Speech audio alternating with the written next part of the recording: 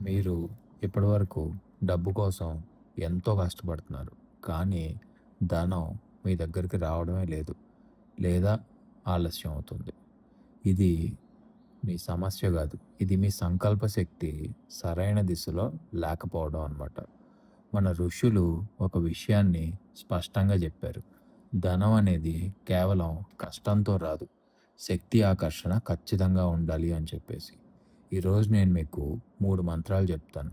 వీటిని సరైన విధంగా నేను చెప్పిన విధంగా మీరు జపిస్తే మీ ఆర్థిక ప్రవాహం ఏదైతే ఉందో అది మారటం ప్రారంభమవుతుంది. మొదటి మంత్రం ఇది ఆకర్షణ శక్తి మంత్రం అని పిలుస్తారు. ఓం హ్రీం శ్రీం క్లీం మహాలక్ష్మియై నమః. మళ్ళీ చెప్తున్నాను. ఓం హ్రీం హ్రీం క్లీం మహాలక్ష్మియై నమః.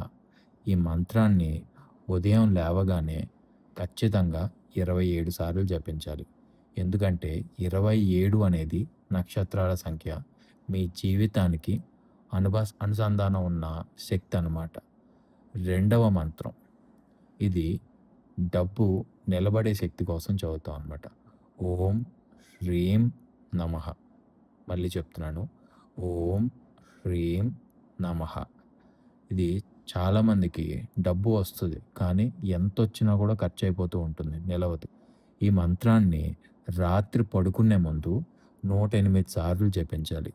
మీ దగ్గరికి వచ్చిన డబ్బు నిలబడటం మొదలవుతుంది. 108 సార్లు.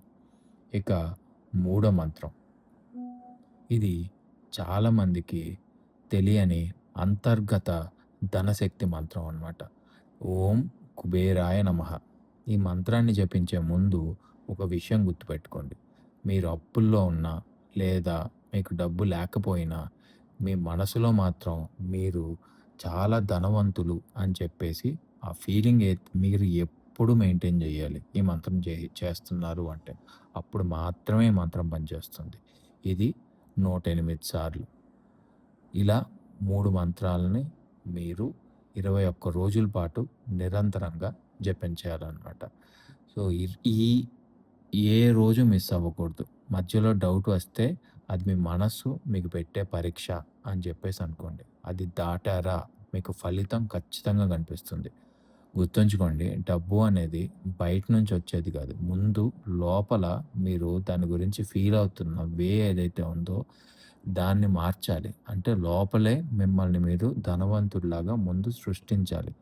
లోపల శక్తి మారిందనుకోండి, బయట పరిస్థితులు ఆటోమేటిక్‌గా మారుతాయి. ఈరోజు మొదలుపెట్టండి. మీ జీవితం మారడం చూడండి. జై శ్రీరామ్! జై హనుమాన్!